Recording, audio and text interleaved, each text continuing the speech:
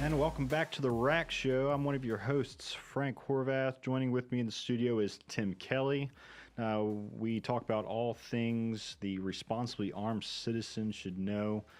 Tim, how are you doing today? Doing well, man. How about yourself? Pretty good, pretty good. Doing a little bit of running around today. Got some chores done. All good things. All good things. Awesome, man. So, what topics are we talking about today? So we're going to be talking about constitutional carry and concealed carry permits for the state of North Carolina and that type of thing. So I think constitutional carry is the topic of it, and the topic of concealed carry is rather important one because we're kind of going through, I think we're kind of going through a phase right now where constitutional carries, it's looking like that's going to be more and more optimal for the majority of the United States. Yeah, so constitutional carry, that's one of those buzzwords that we hear all the time, right? So, hey, we're going to constitutional carry, or such and such just wants constitutional carry. So explain it to me, dumb it down. What is constitutional carry?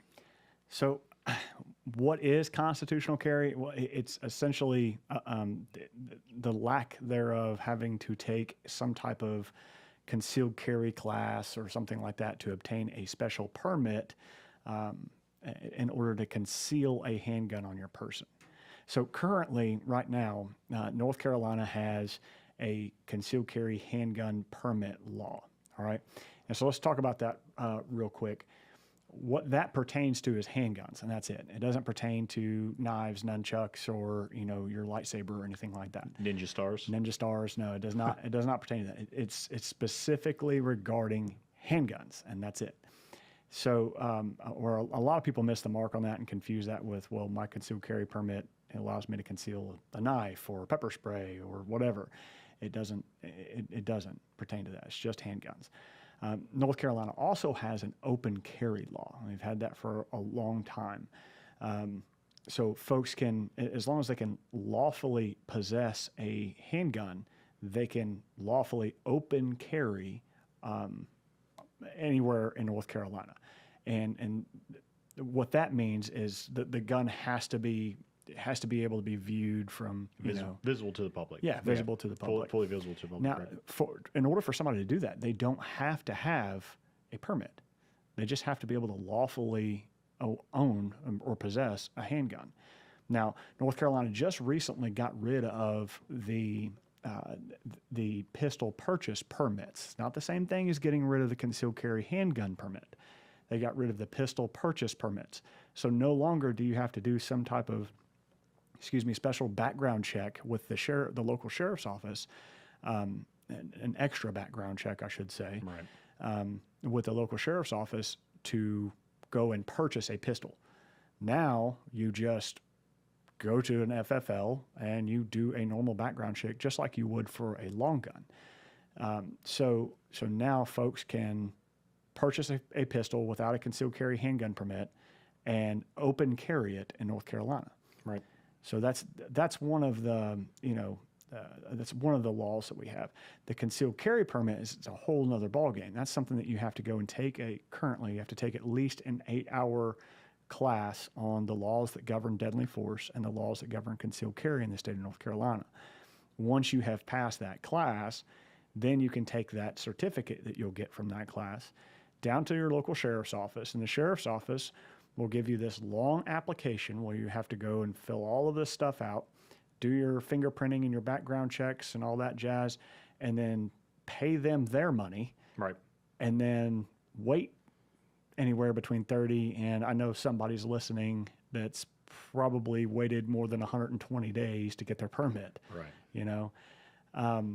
They get their permit, and now all of a sudden you can cover up your gun. Right. Right. That's it. Yeah. It's really kind of interesting. The entire process. Right. So you had mentioned, upwards of 120 days. There's some specific laws that govern that, right, as far as when that works. Fortunately for us here in Iredell County, anyway, our sheriff Darren Campbell is awesome. I mean, he really turns those around pretty quickly. Pro Second Amendment community, so I mean that works out very well for us. But there are some neighboring counties that aren't so as friendly. Mm-hmm. Especially when you start getting out towards some of the bigger cities, Mecklenburg, Forsyth, et cetera. They're a little more happy to wait, happy to push that time out a little bit, before issuing that certificate, or excuse me, issuing that permit to you. And I mean, and that's the thing. I've heard all kinds of stories about, oh well, I need to go get my concealed carry so I can learn how to shoot, or so I can shoot, or whatever it may be. And that, to me, as an instructor, and specifically as a concealed carry instructor, that's frustrating, because you said it. That class, that course, to get that concealed carry permit, is to teach you the laws governing deadly force. Really, it's a class to tell you how to stay out of jail. Yeah. I mean, what can you legally do in the state of North Carolina? What what will keep you on the right side of the law? And then ultimately, by understanding those laws, what's going to keep you and your family safe. Right. And there's a lot of nuance to that, and unfortunately, there's a lot of gray area to that. So it's interesting. So if we're talking about as of today, we have this permit requirement.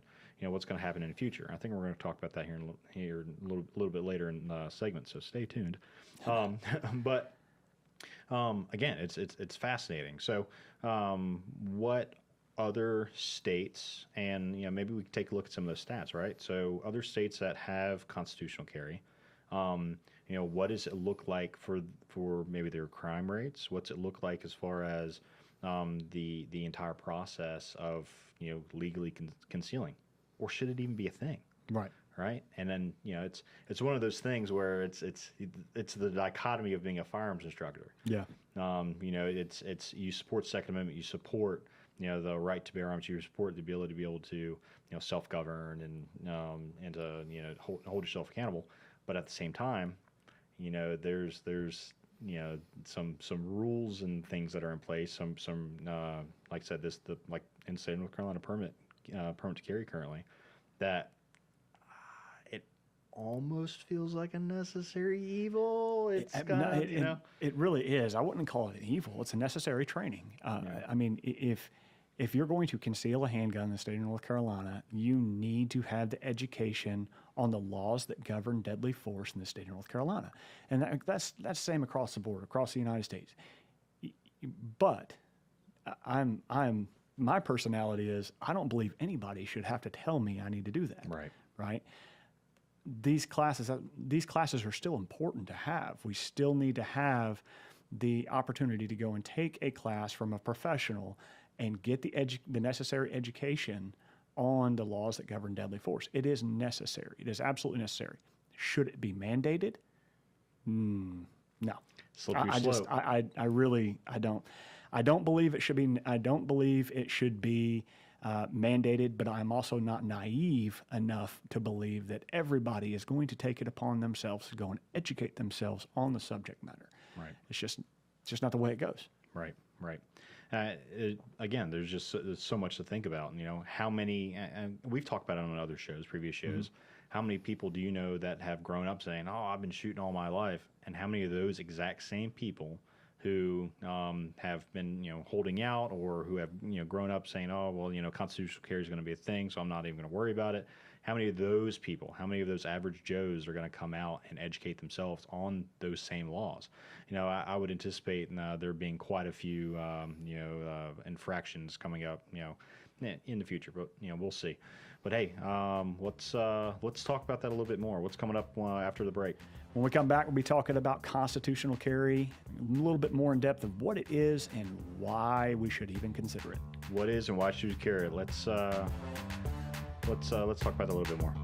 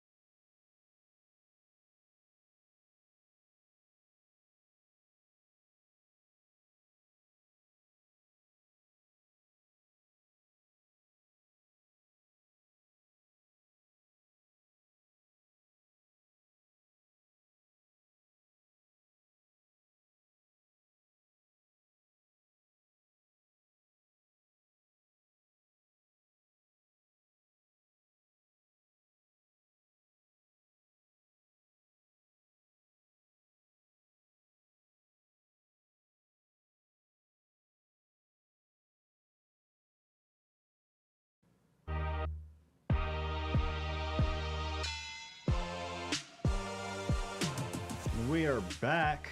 Thank you for joining us on the RAC Show, the Responsibly Armed Citizen Show. We are having a conversation about constitutional carry. I'm joined here by Tim Kelly. Tim, constitutional carry, what states have constitutional carry? I can't name them all, but during our break, I was doing a little research, and you said you found 27 states honor constitutional carry now. Yep. And the first state, apparently, to allow constitutional carry was Vermont, and they were the only state to allow it for, I guess, quite a few decades. Yeah, Green Mountains, right? So yeah. we know somebody from Vermont. Yeah. But that's really quite interesting. So there's a number of states, 27 total, that are out there. And everyone, if you were to walk up to me and say, "Hey, what state has constitutional carry?" I'd be like, "Texas." Yeah. Right. That's like the go-to. Maybe even Alaska. You're thinking wilderness, things like that. Yeah. It's interesting, right? It's interesting, kind of. The bulk of the states that are constitutional carry are really right in the middle of the of our United States, right? So right. You have like all the many of the Midwest states. You don't have too many in the Northeast. You don't have too many in the towards the West Coast, but generally speaking, right down the middle of our country, and it's kind of interesting. It's interesting to see, what I guess make assumptions. What states would you ideally in your mind's eye think, okay, well, they would be pro 2A versus the ones that obviously wouldn't. I'm thinking like your New Yorks, your Californias, et cetera. So again, it's interesting. So. So why does it matter? Why are we looking at this? Well, currently with concealed carry permits, as we were talking about in the last segment, you have to go through a whole bunch of different hoops, jump through a whole bunch of hoops in order to be able to essentially hide your firearm, your handgun on your person when you go out into public. Right. Whenever you leave your personal property, you have to have some type of permit, a concealed carry handgun permit, if you're going to carry a gun off your property. In order to purchase a firearm, you have to, and this is across the United States, you have to go through a Form 4473. You have to fill out all of this paperwork. You have to do your background checks, right, in order to purchase a firearm. So from an FFL, from a federal firearms license dealer, yes. So what the concealed carry, doing away with the concealed carry handgun permit does is, instead of me having to obtain that permit first, going through months and months of waiting period, I can now go to a federal firearms license dealer, go through the necessary background check, instead of going through that essentially the same background check, right, 3-4 different times, right? I do it once, and then that handgun can then be concealed from that point on. I leave. Now, the only thing I can say that's similar to that is the first time I got my concealed carry handgun permit was in the state of Washington. And because I had a military ID, they just said, "Ominous Dominus, you know what you're doing with your handgun, so here's your concealed carry handgun permit." I walked out of the sheriff's office with my permit, bought my first handgun holster and a box of ammo, and put it on my person, and off I went. Off I went, concealing a handgun. So that is kind of what it would look like should we honor a constitutional carry. Somebody would essentially be able to lawfully purchase, whoever's lawfully allowed to purchase a handgun will be able to purchase a handgun, conceal it on their body from that point on, and they don't have to have any other education in it. Right. It's not mandated by the government, at least. On one hand, I'm like, yeah, get it. I mean, yeah, America, that's all right. Leave me alone. Let me do my own thing. Yep. But at the same time, I have family. I have loved ones. Right. I've seen how under stress, how some people react, how some people will do silly things with a handgun that they wouldn't normally do. Right. Excessively gripping the handgun, sending that round somewhere where it does not belong. just completely ignoring the fact that there are laws governing that deadly force here in North Carolina, really in every state. But there's a lot of gray that's out there. I mean, there's a lot of things where it's not just a clean, yep, that was self-defense. It's really not. I mean, there's a lot of things that conflate it. And if you don't go out and you don't get education, if you don't get training, you don't at least pick up a book and read a book on the current laws in the state that you live in our case North Carolina, then you're way behind the ball. Sure. And just like we said last segment, those average Joes that are out there, are they really going to go and seek further training? I would hope so. Hope so. But we can't guarantee that. Right. And I think this really what it boils down to is if this is the route we're going to go, if we're going to go the constitutional carry route across the United States, we have to demand and expect more out of us, out of ourselves, right? We have to hold ourselves accountable. We have to understand that there is more to this than just, going to the store like I did, right? Buying your handgun, sticking it in your britches, and carrying it around out in public, thinking that you had everything figured out. There is more to it. And so strongly recommended. Yeah, I think that's something that should be, but it doesn't need to be. It doesn't need to come from our government. Right. Right. I feel like, and I don't want to get too far off the topic of constitutional carry, but I feel like we rely way too much on a big government to tell us what we can and cannot do. Right. To mandate, like, well, you've got to do this if you're going to do that. Like, you have to check this box before you do that. Why? Why is it? Why can't I just take it upon myself and say, you know what, I'm a grown man. I can go get educated on the subject matter, and I can responsibly carry a firearm out in public.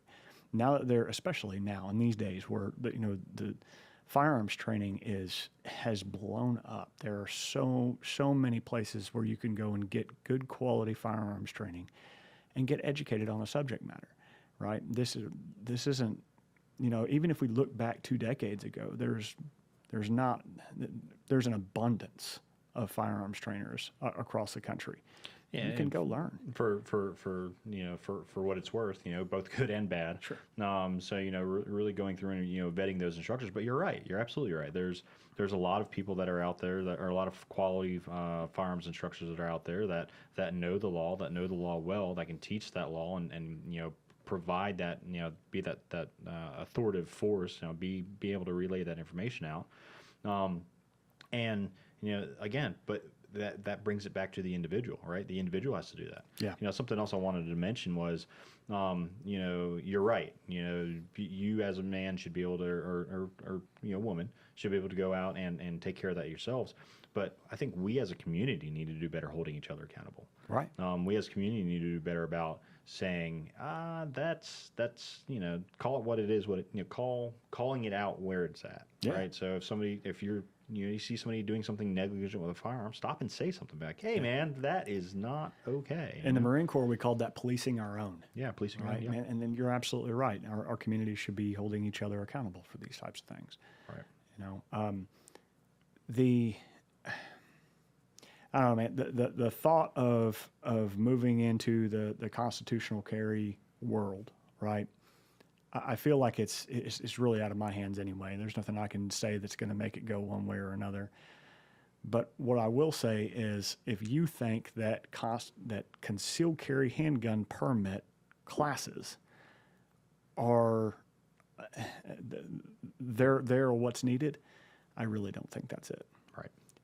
I've had many of conversation with folks that have had a concealed carry handgun permit for the last 15 or 20 years. And you ask them simple things regarding the laws, they can't tell you.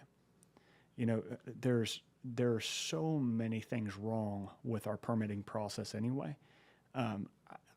Doing away with it, honestly, I don't know that it would have that dramatic of an effect. Right. I really don't. I don't think it would make people less educated, and I don't think it would. I don't think it would complicate things at all.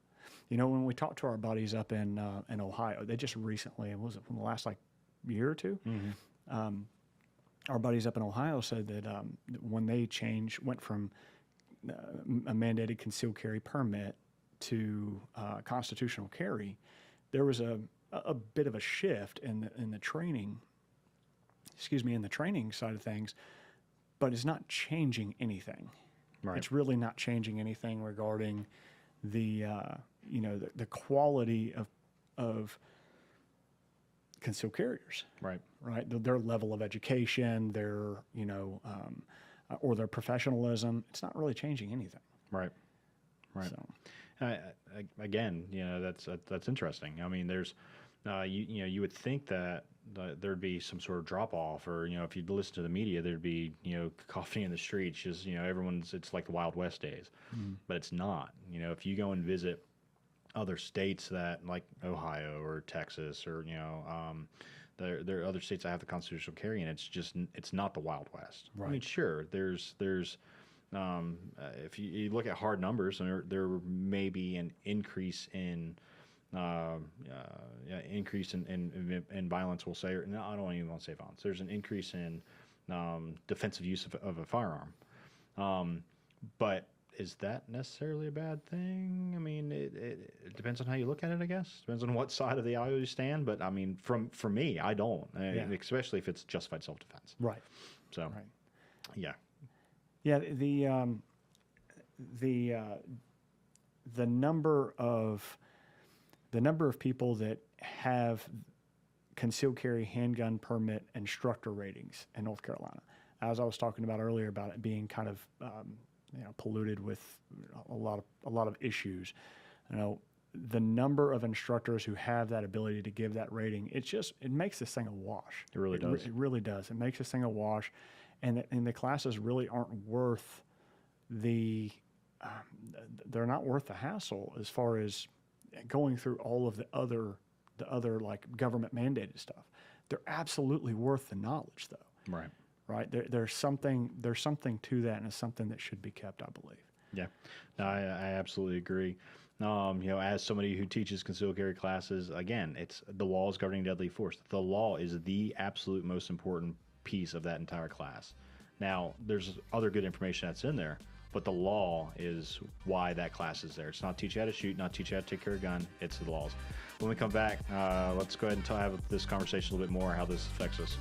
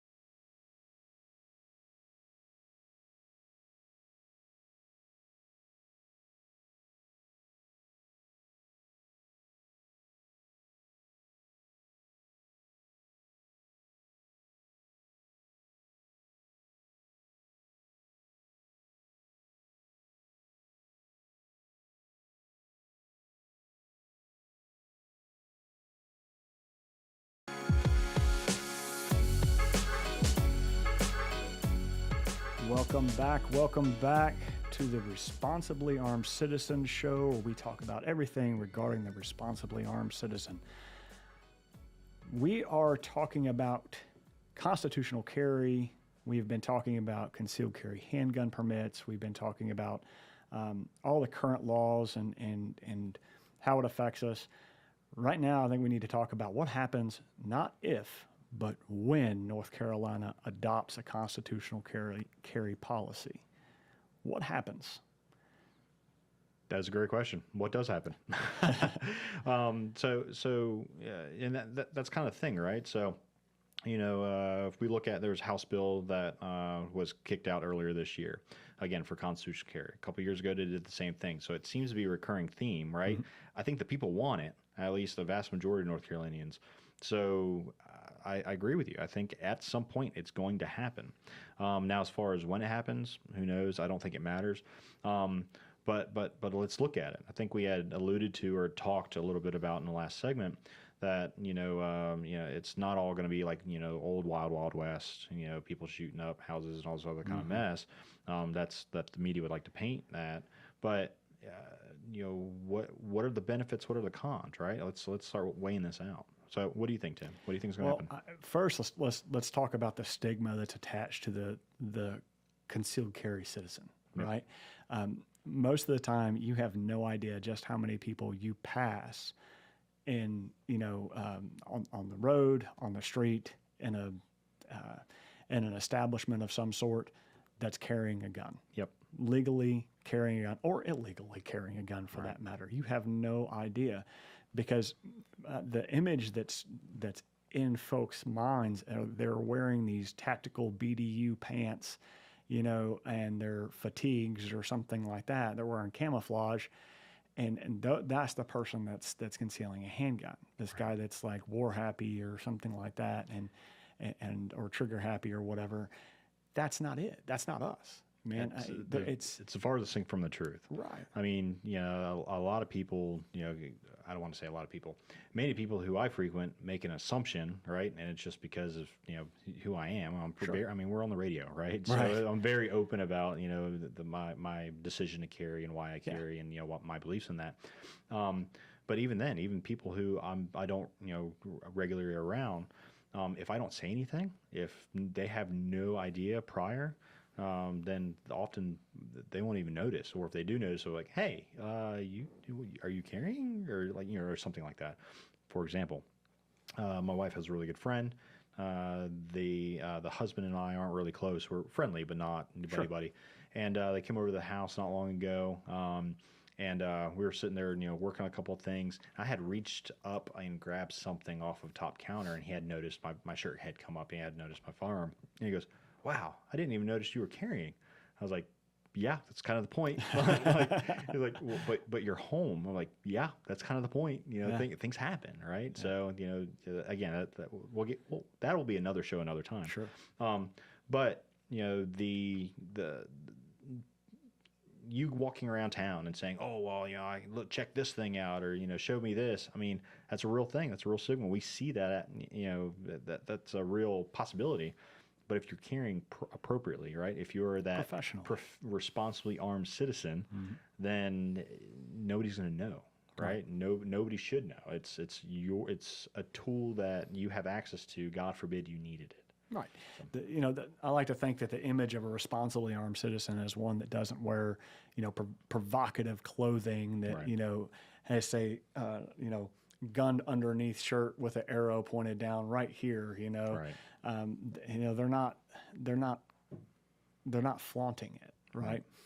And so again, to go off of what you were saying a while ago, there's this awful stigma attached to what we look like. I keep talking about this, the homeschooling event that we attended. Yep.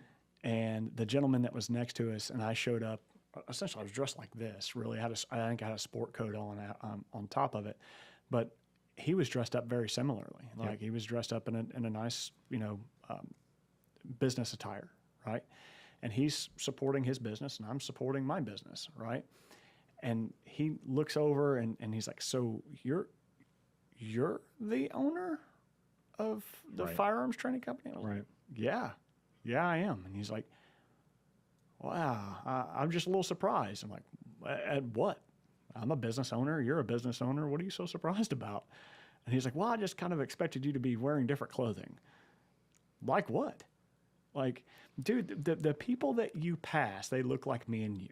Right. They look like our wives. Right. You know, they look like an everyday citizen. Doctors, Lawyers, nurses, lawyers, mechanics. I mean, Right. you think about like our private sessions. You know, in the last 6 years, we've taught well over 5,000 hours worth of private sessions. Right. The number of students that we have seen come through there with just a plethora of different backgrounds. Oh, yeah. You know, everything from doctors, nurses, you know, police officers, lawyers, just all kinds of stuff. Man. Retirees, Yeah.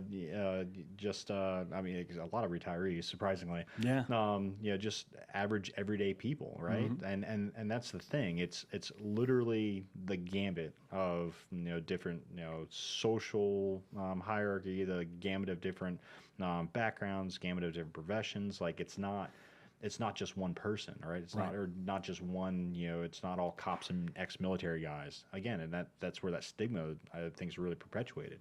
Some of those, you know, law enforcement, because they're associated with firearms, maybe some military, again, same reason. They're, you know, guilty by association, we'll say. But that's not the majority, not on, you know, our world, not in, you know, the world of the average responsibly armed citizen. So to, you know, answer our question in the very beginning of the segment, what happens when North Carolina adopts constitutional carry? Nothing that anyone's really going to notice. Right. You know, the people who have been responsibly carrying a handgun will continue to responsibly carry a handgun. The people that were, you know, hiding a handgun before and they didn't have a permit and they were doing it illegally, they're going to continue to carry a handgun. Yeah, it's business as People usual. that, you know, are the criminals who unlawfully possess a firearm, who unlawfully obtained a firearm, mostly by theft, you know, stealing out of your vehicle because you fail to keep it stored appropriately, they will still continue to carry a firearm. Right. Like, business as usual. Nothing's going to change. Nothing, man, nothing. Constitutional carry, well, if and when North Carolina adopts it, as far as your social changes, I don't think anything will change at all. So I'm going to play devil's advocate. So I agree with your point. But at the same time, isn't this mandated course providing some service to that person who normally wouldn't, right? So let's hypothetical, you know, scenario. We'll say husband and housewife, right? This is, you know, typical scenario. Husband tells the wife, you need to get a firearm for whatever reason. Wife agrees that she's going to get a firearm for whatever reason. Husband gets wife a firearm that often is ill-fitted because they didn't go to a proper instructor and they you know, she has no idea. From there, often they'll say, okay, well, you need to get your concealed carry permit, go and take a class, and then now you can carry this firearm. Wife comes, takes class, learns, oh, wow, there's a lot of laws. You know, just because somebody will say, you know, hurts my dog or something like that doesn't mean I can blow them away. Well, now she doesn't have to go and take that course. She's not required to take that course. Right. She should. It should be her responsibility, but she's not required to now. So now she misses that information. So what happens from there? I mean, is it When somebody kicks her dog and she decides she's going to shoot him? Yeah. Yeah. Yeah, that's a great question. But, you know, as I was saying earlier, this isn't, you know, 15, 20 years ago. You know, the knowledge exists. I mean, dude, we're openly speaking about it on the radio. We're giving this stuff away. Right. Apache is still going to be teaching those classes. Right. You know, there's still plenty of folks who actually understand that this is an absolute, like, essential course to take. We're still going to offer it. Well, we're probably going to offer it in our own fashion. Absolutely. Right? It'll be structured a little bit differently, and most of the time probably offered in as a workshop or something along those lines. At least that's how I'm envisioning it, like a 4 or 5 hour lecture on the laws that govern deadly force, and you know, less about the shooty stuff and more about the, hey, let's keep you out of jail. Right. Absolutely. You know? And let's keep you from making a choice that you'll seriously regret. So those promotions are still going to be out there. Those recommendations are still going to be out there. If we change it ourselves within our community and we hold each other accountable, When that woman goes off and says, you know what, I don't have to take a class anymore. I can just go ahead and stick this in my purse and carry it around, which there are people that do that anyway, right? Right. If she chooses to do that, and she may run into a Facebook post or something like that saying, hey, go get your education in this. Here's a class, right? She may, she may get a recommendation from a friend or maybe even her husband. Hey, I want you to carry a gun, but you really need to go take this class. Right. Right. So that's what we should be relying on. We should be relying on each other, holding each other accountable for our decisions to carry a firearm to protect ourselves. Yeah, I absolutely agree. And tell you what, I am motivated. Here we go I again. am very motivated. I'm feeling mighty giving. So if you are hearing my voice, right? If you can hear me as of today, we got a concealed carry class coming up on August 26th, right? Apache Solutions is teaching concealed carry August 26th, 2023. If you're hearing my voice, if you email info@apacheNC.com, the very first, only one, the very first person who sends me an email at info@apacheNC.com and says, let's see, what's a code word, Tim? Give me something. What do you think they should say? They should say Apache concealed carry. Apache concealed carry. So if you email info@apacheNC.com and say Apache concealed carry, I will personally give you a concealed carry seat.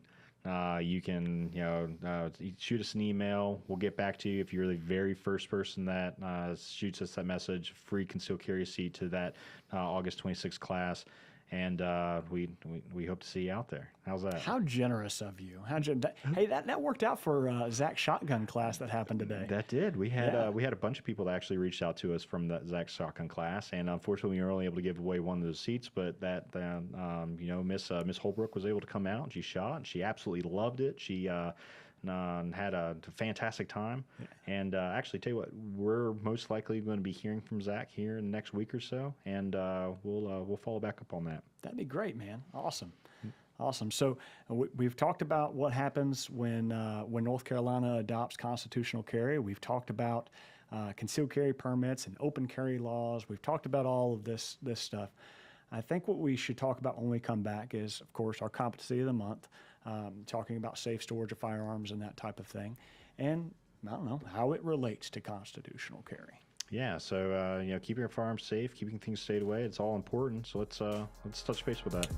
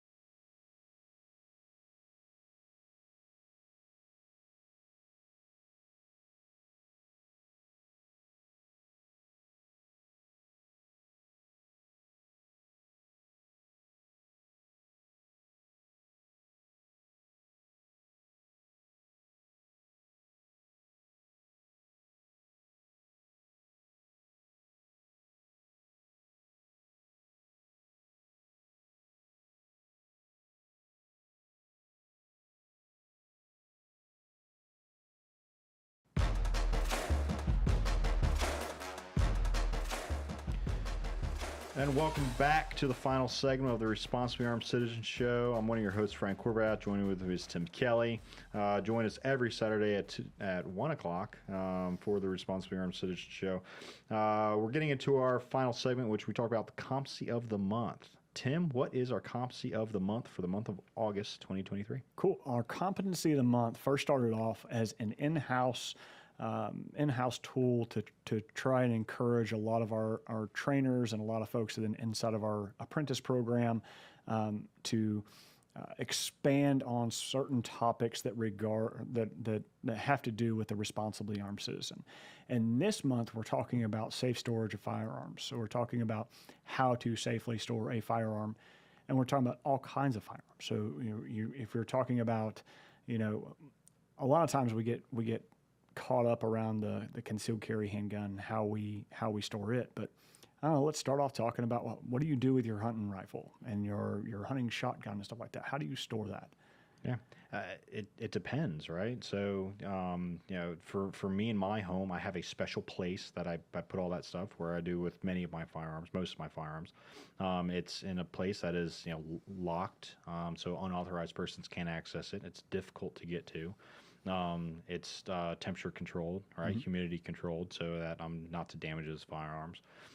Same thing with other peripherals, ammunition and other optics and things like that I want to keep.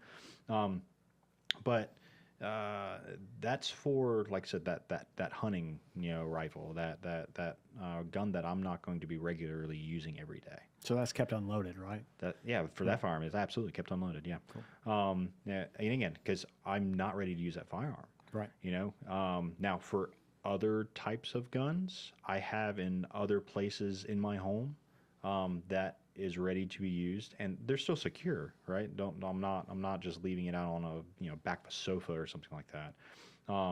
But they're they're loaded and they're in such a manner that if I needed to use them, God forbid, for a break-in or something like that, I had the ability to, or my loved ones, right? My wife specifically. Right. But here's the kicker: I got young kids at the house, right? Yep. So something that many people don't think about is, they get a firearm. They decide to carry a firearm.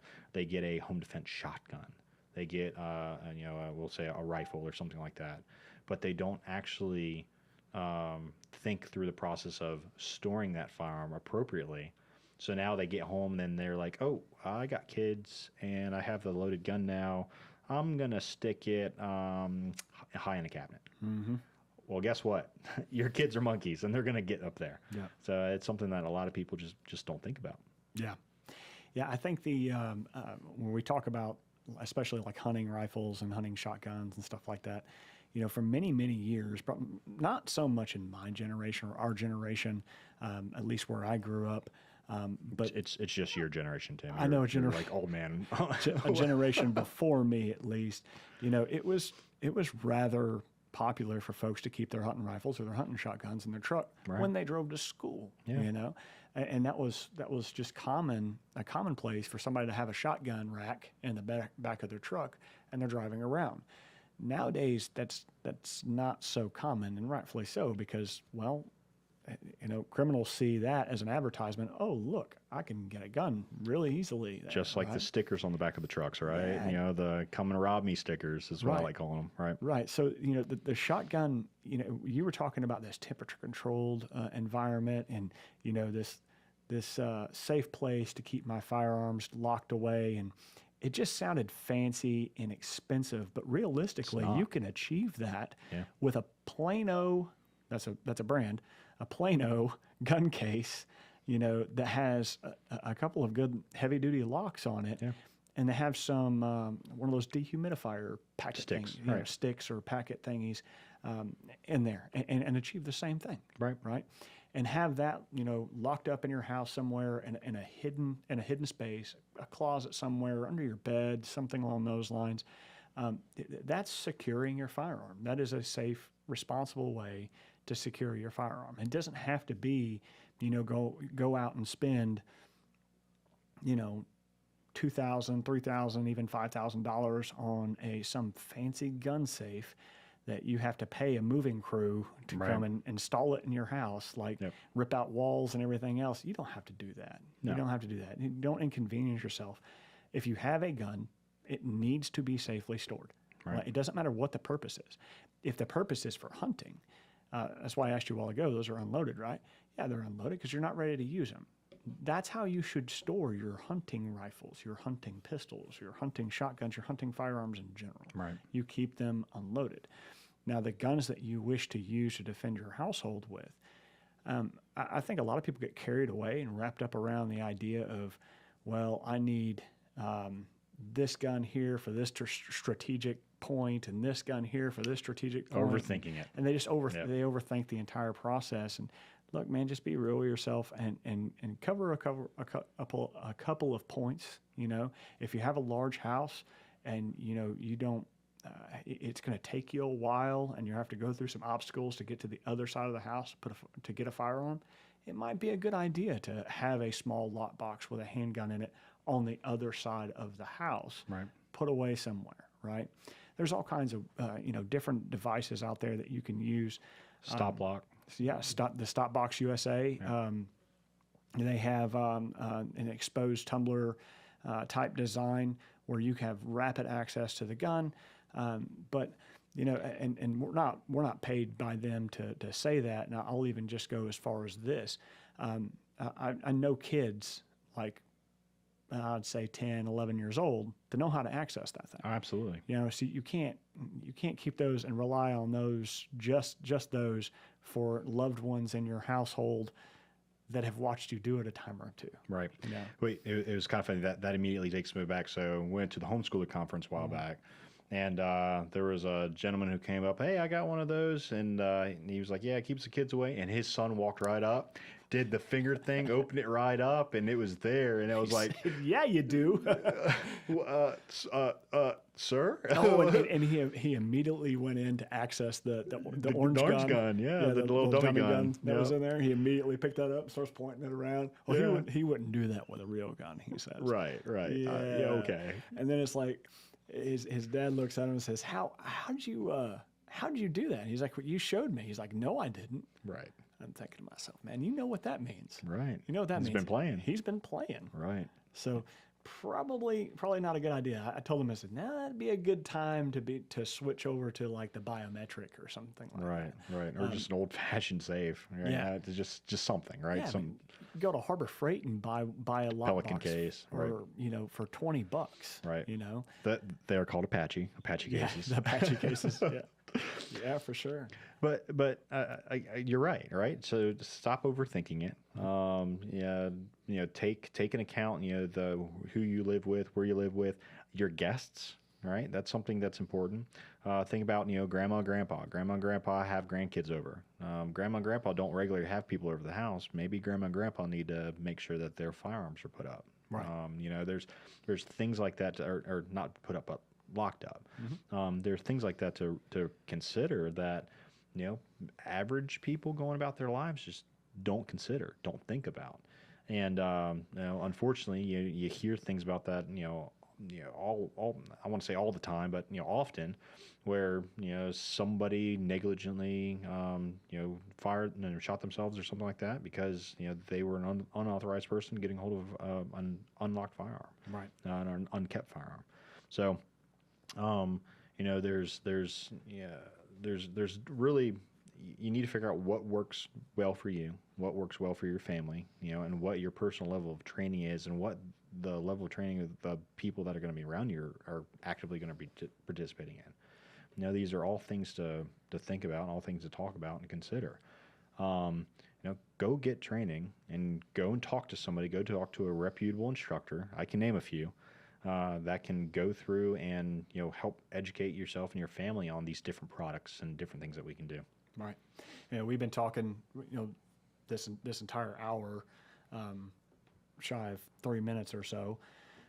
We've been talking about constitutional carry, and when we see the number of people who may begin to start lawfully concealing a handgun, right?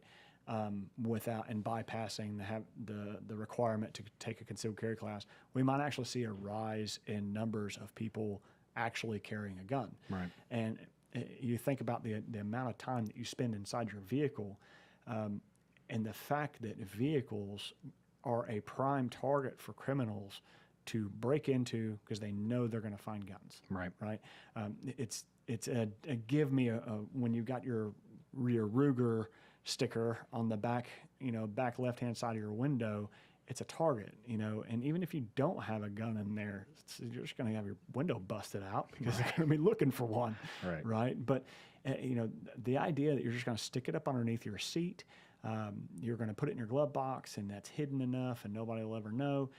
I've had good friends of mine lose thousands and thousands of dollars, like tens of thousands of dollars in firearms because he left them in his truck.